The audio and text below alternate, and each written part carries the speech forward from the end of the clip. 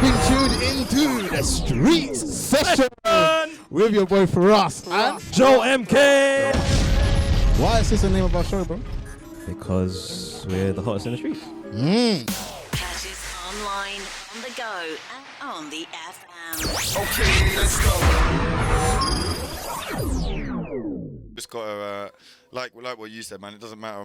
I don't think anyone sticks up for a group of people because they're a group of people. You stick up for the individual based on their qualities and their own virtues. And you gotta remember, we're all human beings. We're all together. We're all the same. We all go toilet. We all eat food. You get me? So it's no difference right now. But you know what?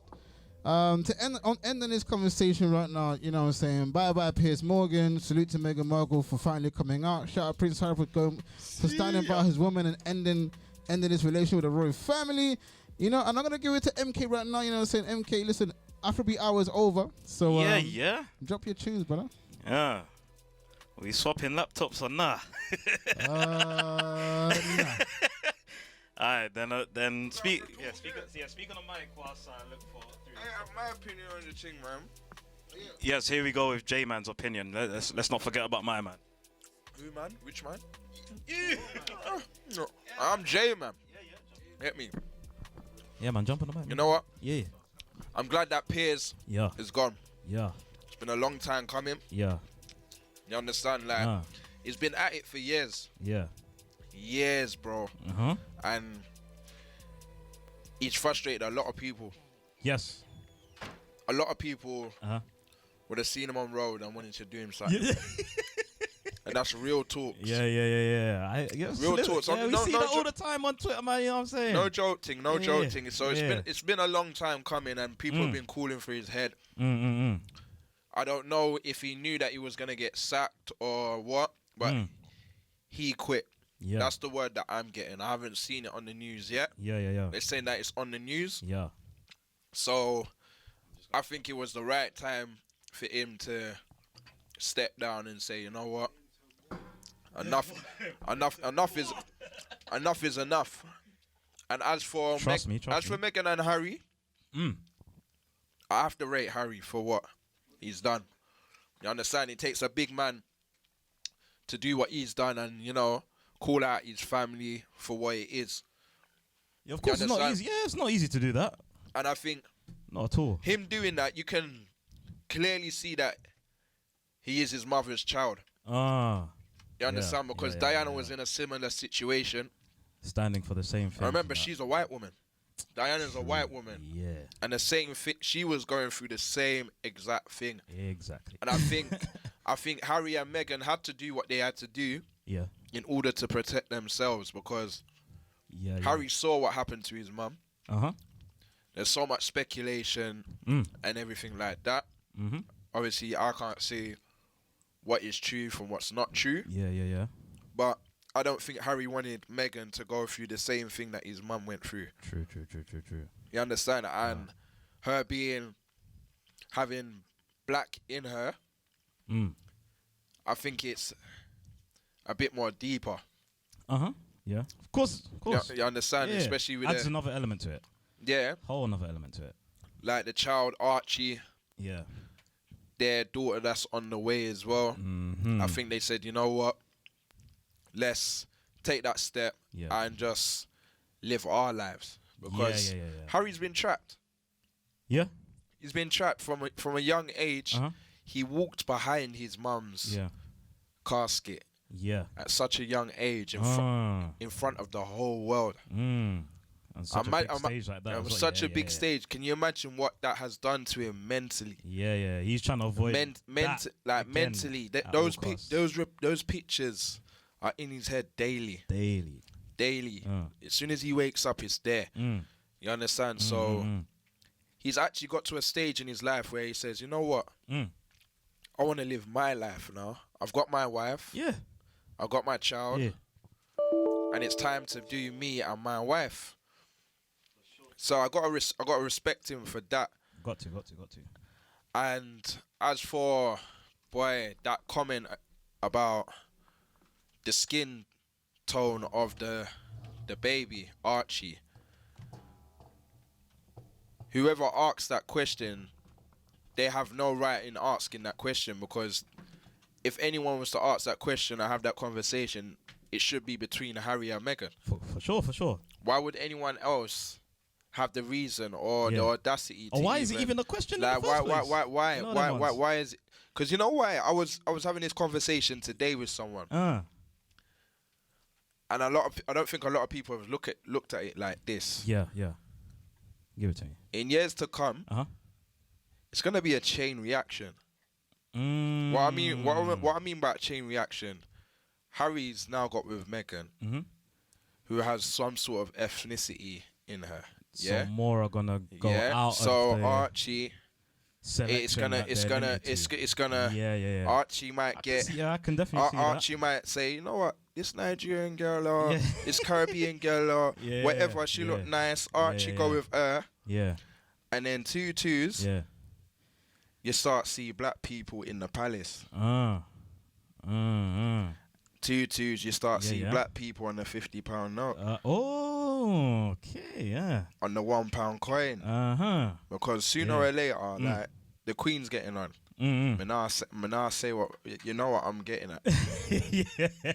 Like all of us don't live forever. You understand? Of course. Your legacy's got to live on. And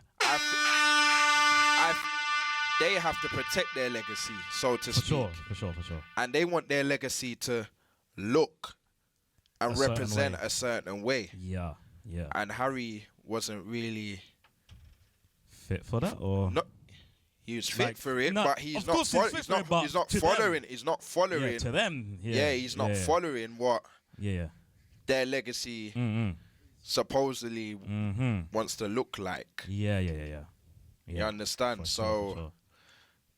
That's my view on it, because can you imagine Buckingham Palace looking like Prince Hakim's coming to America palace, like literally. Yeah. Like Buckingham Palace will look like coming to America. Like it look like Zamunda, like the palace. Yeah. You know, like they have the bathers. I want to bathe myself. You know. You don't know what I'm getting at. You think the first person to get fired is the chef or not? What are you saying? Boy, if that happens. Boy. I don't even know. But you don't know what I'm getting at. I think Firahs can relate to that as well. Yeah. Firahs, I'm just gonna repeat what I said. If Firahs just come back into the studio, like I think a lot of it has to do with image. Yeah. Has to do with image, and what I was saying is that the royal family wants to keep a legacy. Yeah. And they want it to look a certain way. So now that Harry's got with Meghan, they've had Archie. Yeah. Archie's he's got colour in him, he's got black in him. Yeah. Archie might look at a Caribbean woman now or an African woman and think, she looks nice. He's gonna get with her. But I think that the Buckingham Palace and the royals want it to look a certain way. Their legacy. Can you imagine a black person on the £50 note? Do you think that's the legacy that they actually want to leave? No. You understand what I'm saying? It's a chain reaction. Yeah. The Queen's getting on. She's gonna drop out whatever time, or you know what I'm saying. I'm not wishing it upon her. I don't wish it on anyone, but they want to leave an image, and that's not the image that they want to leave. They don't want to, like I said, they don't want the palace looking like coming to America. You understand? Parties every night, and you know, I'm stereotyping now. but you get what I'm coming. You get where I'm coming from, right? Of course, yeah. You understand? They don't want the change. Yeah. That's what I'm saying. So that's my view on it. That's my view on it. So that's what they don't want. And Harry's just protecting his like any father would do. Yeah. And let's take out the factor that they are the royal family. Let's say that, you know, we know that they're the royal family. Let's take that factor out. Yeah. They're still humans. At the end of the day. Every family has disputes. Yeah. You understand? This dispute that's going on between them right now, and this it's more common than you think. people go through that on a daily. A lot of people have to disown their families. On a daily. I know people from different cultures that, like, you know, if a Turkish man was to meet a Greek girl, it's a problem. Yeah, exactly. Yeah. But this is normal occurrence in life. You know, you understand what I'm saying? So take away the fact that they're royals. Yeah. This is a normal family dispute, but it's just because that they're the royal family and they're on that pedestal, the monarch, all that business, all that rubbish. Yeah. Harry's just being a man and protecting his family, and he don't want Meghan going out like his mum. Self-preservation at the end of the day, man. But yeah, that's man like J-Man on the mic. You know what I'm saying? Thank you for the opinions. Thank you also, Tom, as well, for dropping your 2 cents as well. Like Firahs said earlier, obviously now I'm in the building, obviously. Yeah, I ain't even watched the interview either, I can't even lie, but...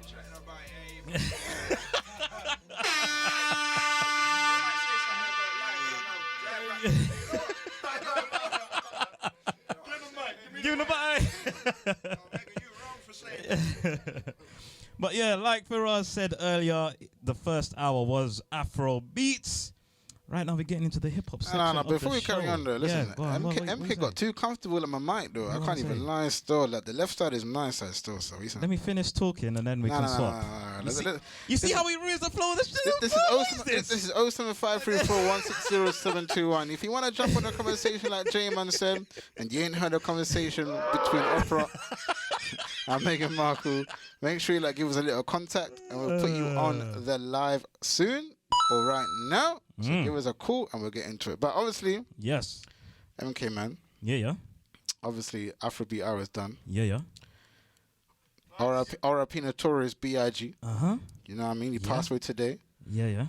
So we're gonna celebrate him for a little while. And then we'll be back to the usual hip hop for the next hour. Yeah. So let's get into it, bro. But for anyone who forgot who you're tuned into, been tuned into the Streets Session with your boy Firahs and Joe MK. Why is this the name of our show, bro? Because we're the hottest in the streets. Catch us online, on the go, and on the FM. Okay, let's go. This morning show, Meghan Markle is a big story right now, and I feel like as black men, people of the culture, black people in general, you gotta start talking about how you're feeling, you know. So I want to get you on the mic right now. Obviously, I don't know if you've seen any of your Piers Morgan statements. Yeah. Basically. So basically, for anybody just tuning in the world for him right now, you know, there's a street sessions right now with MK and Firahs. Obviously, we got a special guest SmileyJackets in the building. We got Dizzy in the building as well, you know, Energy Tuesdays. If you man know, this is the reason why I don't go home on time ever. When I got uni, I'm still chilling. But obviously, Dizzy, first of all, I think we should start with the Meghan Markle thing.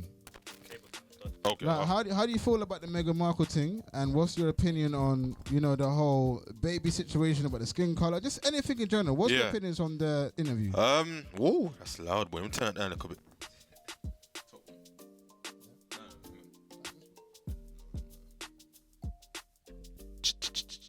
Yeah, that's better. Personally, I feel like the whole interview itself needed to happen like a long time ago. It's happened now. Yeah. But what I believe is a lot of this happened, has been happening in Buckingham Palace for years. I just feel that because it's Meghan Markle now, and obviously she's in the public eye. Yeah. Obviously so is Harry and the rest of the family, but she's obviously the actress coming from a different background. Yeah. She was on the Suits and various other stuff. You know what I mean? Yeah. So she was on a lot of well-known shows in America and these things. So she was a celebrity before. Yes. So what's happened now? This has put more light on the royal family in terms of the undercover racism that's been happening. Do you get what I mean?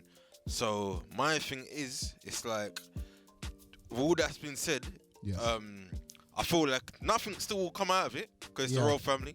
I feel like their level of status in this country and all over is kind of, it's just next to none. So no one ain't really gonna, you know. However, because of social media and a lot of other factors, everyone's gonna look at them different now. You know what I mean? Everyone's gonna look at them different now. As opposed to what's happening with like the Piers Morgan thing, now, bro. Like I'm glad he's gone. I'm glad he's gone. You know what's mad, yeah? Because I've been following Piers Morgan for years. Same. I've been following him for years. So a lot of people might disagree with what I'm gonna say. A lot of people might agree. I don't think he's actually a racist. No, I don't think he's I don't think he's a racist. I just think his tone is silly. And because you know, also you got to remember, which is one of the biggest points of the reason why he was back in the royal family. Yeah. He's actually brethren with William and all. Oh, of course. Like, that's his brethren. You Yes. got to remember as well, like he gets invited to that Christmas dinner, all 100%. that. Yep. So he's backing essentially his brethren. The same way we'll back our brethren. If a brethren is like shutting food or whatever or doing whatever, you're gonna back and him, somebody questions you. No, not that. No, I'm not gonna repeat what you just said, but we're not gonna go to that kind of extreme, yeah. But I'm gonna say, like, when it comes to certain things, and if you don't understand the other side, you're always gonna back the side you do 100%. understand. Like Piers Morgan, the Queen and that, they're all from one type of culture. Yeah. So Piers Morgan is probably looking at it like, nah man, why is she coming out here trying to bash my friend? Or why is Harry trying to bash my friend? He's backing his brethren. Yeah. So you kind of got to take away the racism out of it. Obviously, to me, he's still kind of cancelled because the way he was talking to Meghan Markle was a bit too strong for me. 100%. It's a bit too strong for me. Yeah. 100%. Like he's not even, like even the people that came on the show. Yeah, you won't give him a chance, bro. Wouldn't give them a chance. All. And the way they do it, they just cut it. Yeah. They cut them off and then start talking about the next thing. And I'm just like, and to me, it's like everyone in that production team behind GMTV, yeah, all right, behind GMTV, it's like they're scared of him because of his status. Like he cuts off. I don't even know his co-presenter, but he cuts her off all the time. You know what I mean? She doesn't really get anything to say. Yeah. Really. You see? No. It was the weather. It was the weatherman. It was the weatherman. It was the weatherman. But yeah, it's called it. Yeah, true. The mixer is done setting him home, bro. Yeah, literally. And you know, so funny, yeah. And I completely forgot. But I saw it on Twitter. Piers Morgan made him walk off, I think, mid last year. He said a silly joke, and my man took offense to it. But what happened was they made it like a joke. They made it as in the production team. They put like some sad music and stuff like it was banter. But when it was Piers, they didn't do it. You get me? Yeah. So yeah, man. Like I don't know. It's a difficult one. It's actually a difficult one. Yeah, but I don't know, bruv. Like all I know is I'm happy to see him go, but I just hope now Meghan and Harry are out the limelight, so to speak. I want to ask you another question as well. Obviously, Prince Harry, he didn't have to side with Meghan Markle. No. A lot of people were speculating on whether this relationship was real from Meghan Markle's side. Because a lot of people thought Meghan Markle wasn't really here for them. She was there for the fame, right? Yeah. So I'm going to ask you, does this kind of prove that their relationship is a little bit more real than a lot of people thought? Because, you know, Meghan Markle talked about, you know, wanting to commit suicide. Yeah.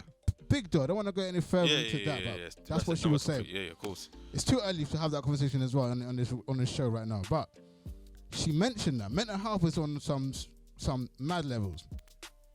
Are we now looking at them like a real couple? You know, they together decided to leave the royal family. That's essentially millions they can get for free from us. Let's just talk facts. Exactly. We'll be paying their bill. Of course. They've now moved to the States. Yeah. Where we no longer fund them. No.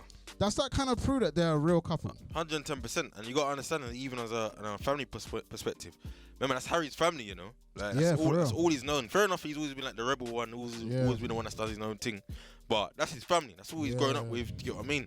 But I feel like, going on another topic now, I feel like his mum's spirit is still in him, you know? Diana. Yeah. His mum's spirit's still in him. So because she's still in him now, there's certain things he's just not for at all. Do you know what I mean? So this, and obviously she was dating an Arab guy. Right, exactly. So him doing this now, it's just pending. It's just that they didn't think he was gonna do it probably. Yeah. Do you feel like this kind of also proves then the divide between, obviously you got Princess Diana, you got Harry, and the rest of the family? It only seems like it's those two that was willing to go beyond what the royal family is used to, beyond the history, beyond what you expect from the royal family in terms of history. Yeah. does this kind of show then that if something now happens to Harry, and hopefully that never happens, but wouldn't that further prove that then they're 100% against any form of interracial relationships or any form of interracial? I guess it can be any culture. Yes or no, because we don't know the facts. However, what we do know is in the royal family, they have a lot of like ancestry that's happened over decades. You know? So without even getting to that now, it's just like there was no kind of open door for anyone else to come into the royal family. So Diana doing her own thing, you know what I mean? That was a big problem, especially in the 90s. But now, like in a society where everyone's kind of interracial, everything that's going on right now, it's like, I don't know why they're shocked. I don't know why they're shocked. But and that's what confuses me about the situation. I don't know why they're shocked. But are you say you don't know why you're shocked, but you got to look at the people that are involved. You got Charles, you got the Queen Elizabeth, right? They don't go out like that. They might see them on TV, but they're not actually in these streets. They're fairly old people right now. No, I'm just being honest. No, it's true. It's true. They don't go. I mean, they might pull up to a couple primary schools and do a speech, which they do. They go to a couple of schools. But that's just like now and again kind of thing. But that's a now and again situation. No, it's true. And it's not really like they pull up to the hood. They're pulling up to like Chelsea, where there's like 2 black kids. It's true. Fulham, there's like 2 black kids and like 100 white kids. So they're looking at it like, oh, this ain't an everyday thing.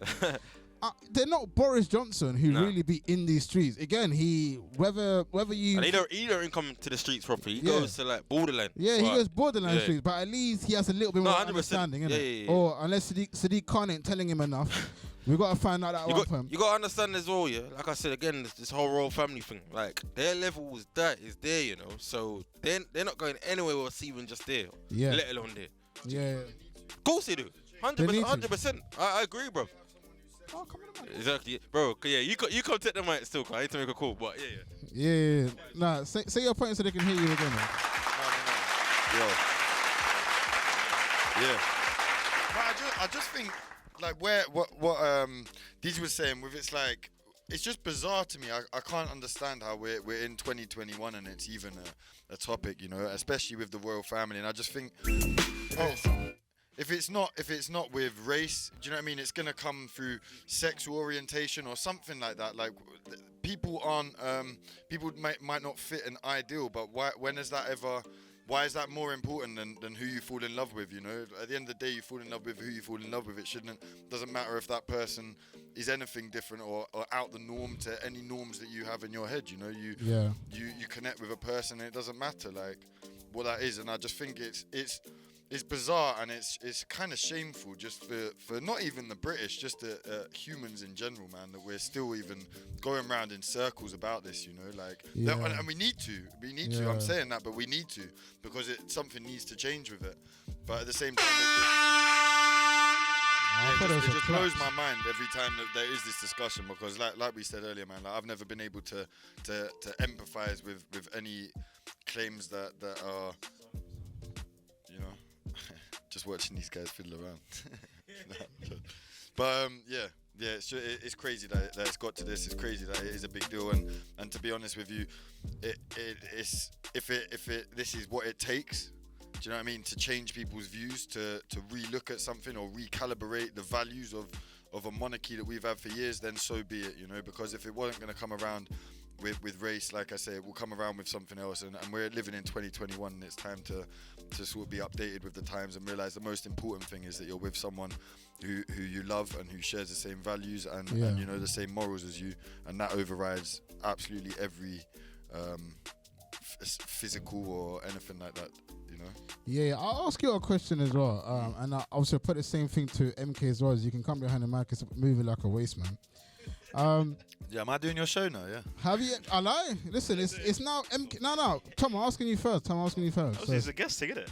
We've got a special guest, Joe MK, with us today.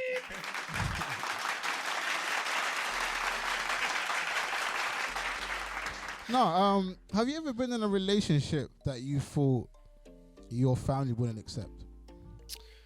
That's interesting.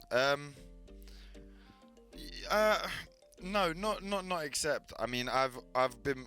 I mean, I've always been with a variety of different women, both physically, like in terms of their physical appearance and in terms of their personalities.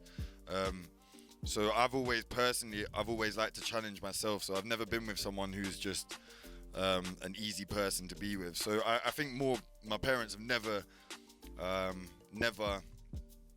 looked at any physical things. But obviously, you know, they want their child to be happy, and I've had some horrendous relationships because I was with the wrong person. But I just used to pick them a little bit like that at the time. But yeah, I've never had any reservations from my family about, if that's what you're asking about, like the skin color or anything like that. Never, and it would fall on deaf ears. What about you, MK? Have you ever been in a relationship that you feel like your family wouldn't approve, so you've either hid it, or, you know, they've ever told you that you shouldn't be in a relationship? No, my family is quite progressive in that sense. Obviously, I get the jokes here and there, like, why are you dating this ethnicity or that ethnicity? What ethnicity? You might as well, like, Asian or Colombian.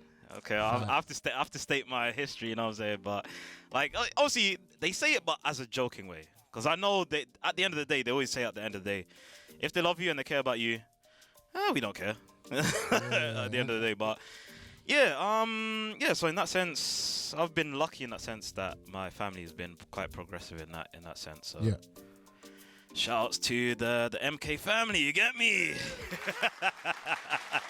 Listen, yo, Dizzy as well, man. Say hi to me. I don't know why Dizzy's buying things when we already got things, but I allow him, innit? But anyways, Dizzy, I'm gonna ask you the same question as well, yeah. Because I thought it was an important conversation. Have you ever been in a relationship that you felt like your family wouldn't approve, so you A, never told them, or 2, they told you this wasn't the right relationship for you?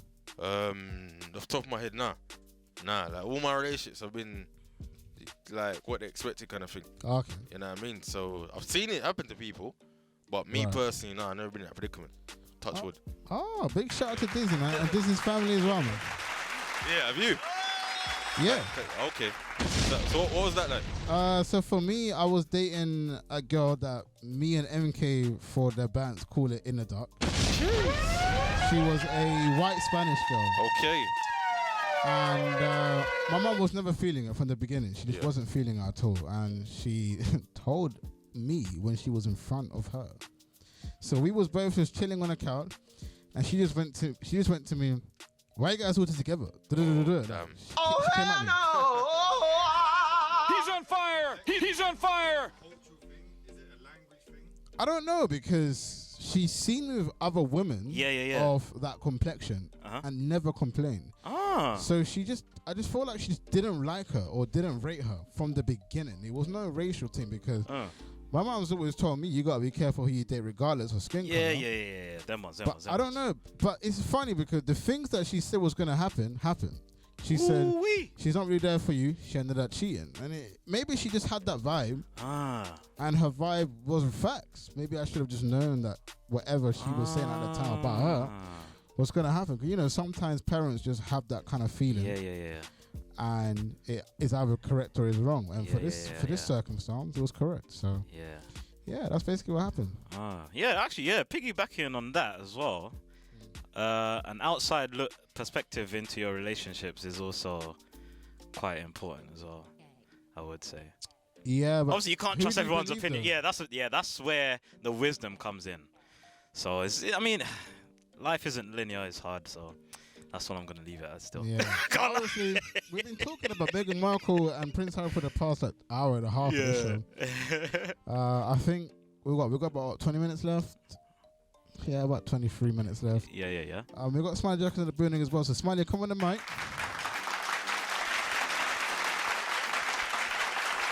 Yo.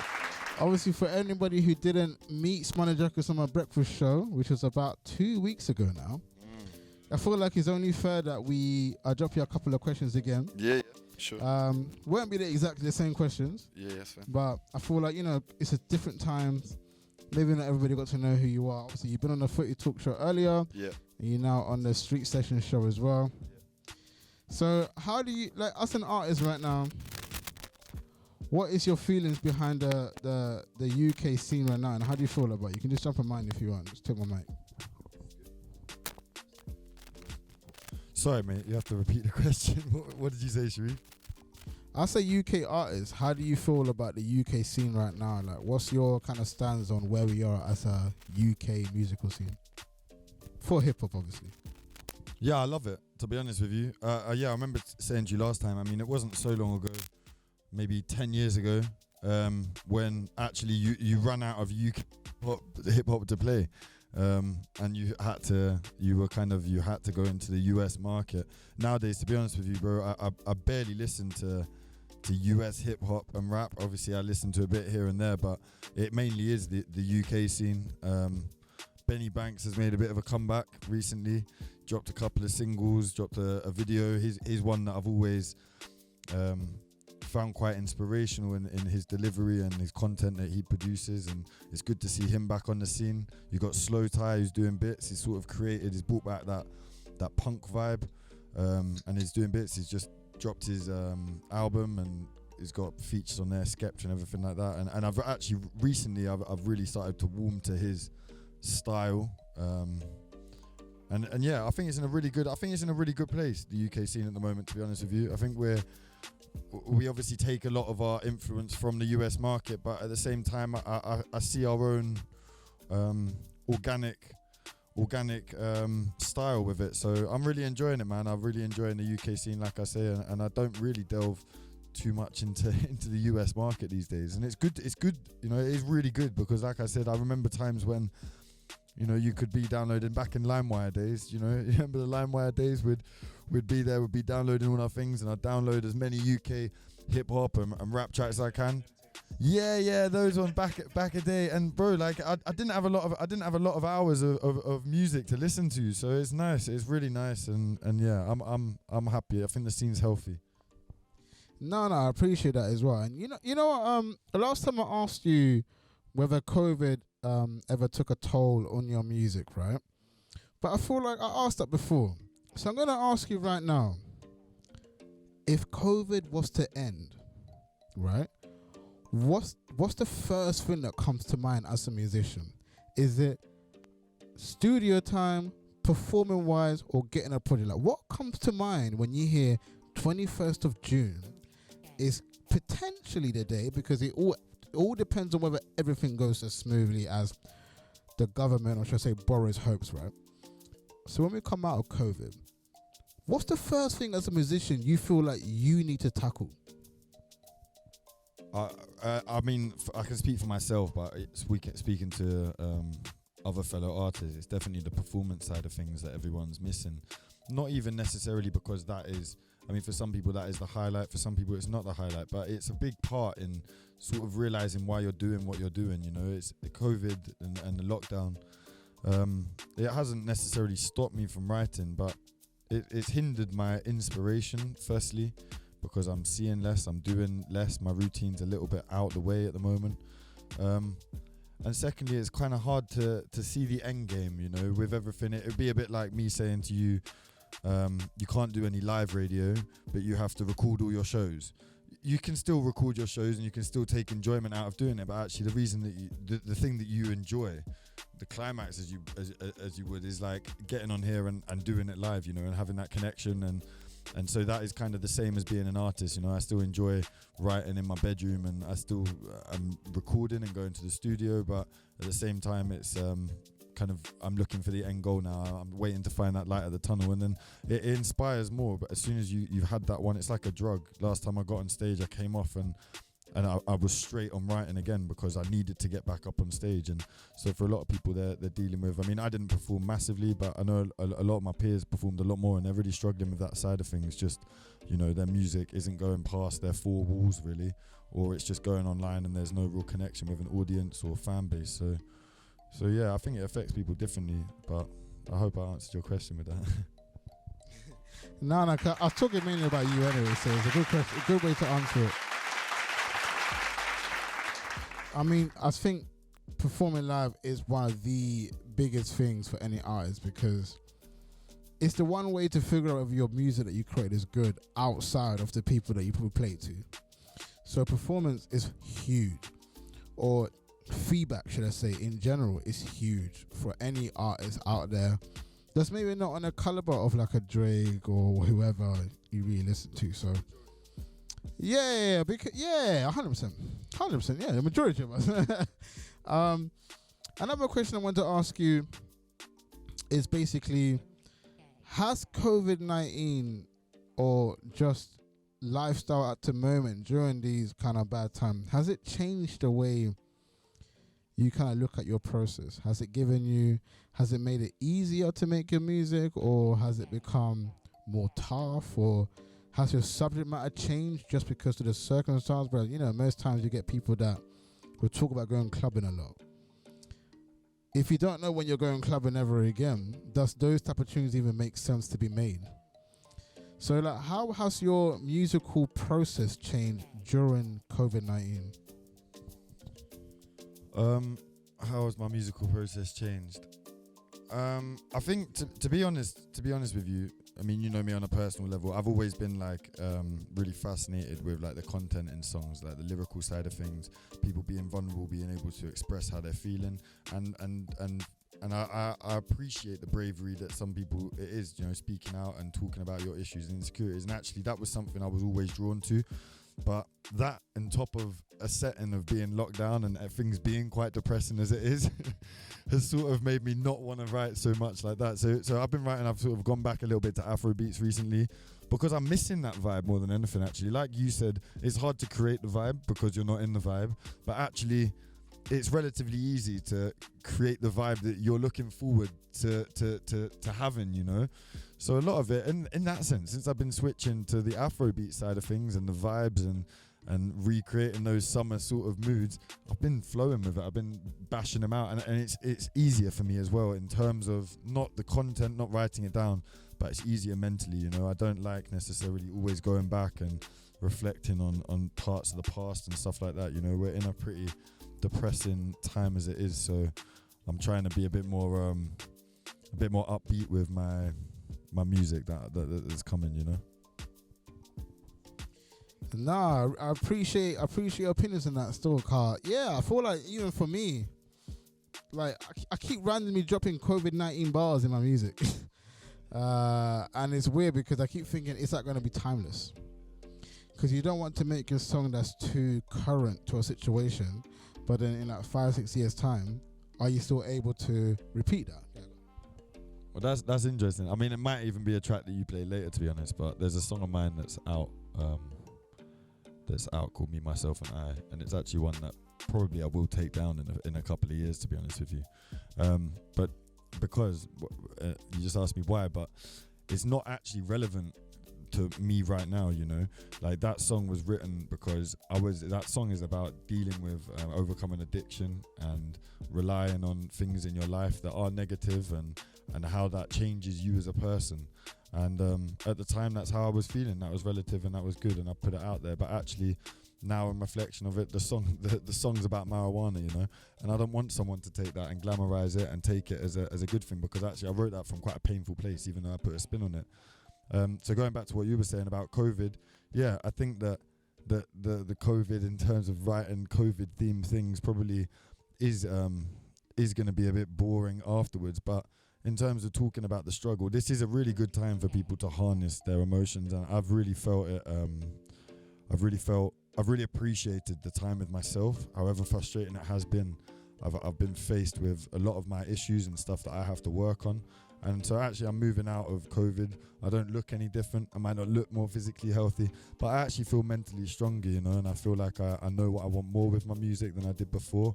And yeah, I'm looking forward to the post-COVID as such. Yeah, that's me and SmileyJackets, man. If you're anywhere in their Shoreditch, you might catch us. No Ace Attack because Result ain't coming. Just saying.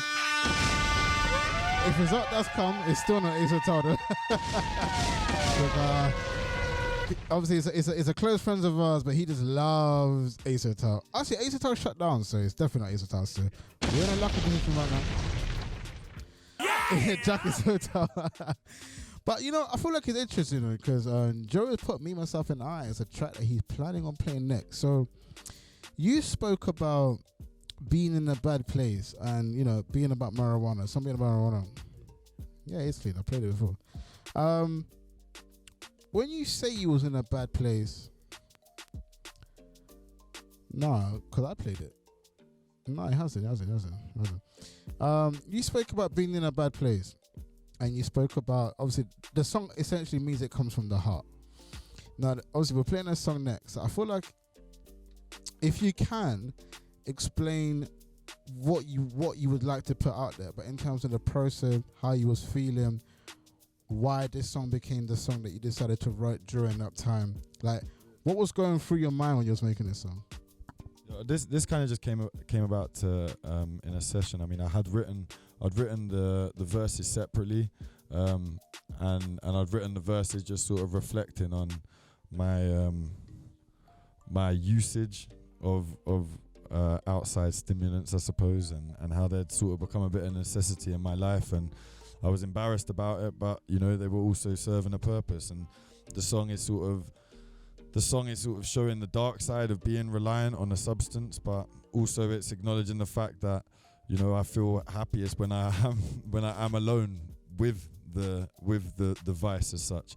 So that's why I put it out. But like I said to you earlier, I mean, it's not too relevant to my life now, and it's something which I'm kind of cautious that people were going to take the wrong way and think that, you know, I'm glamorizing the use of it. That's a different topic, you know. Nah, I respect what you're saying, man. Big shout out to SmileyJackets for coming in the building. So MK dropped the claps. We're about to play Me, Myself and I, but I'm gonna let SmileyJackets introduce that. So Joe, when you're ready, and then SmileyJackets introduce your track, bro.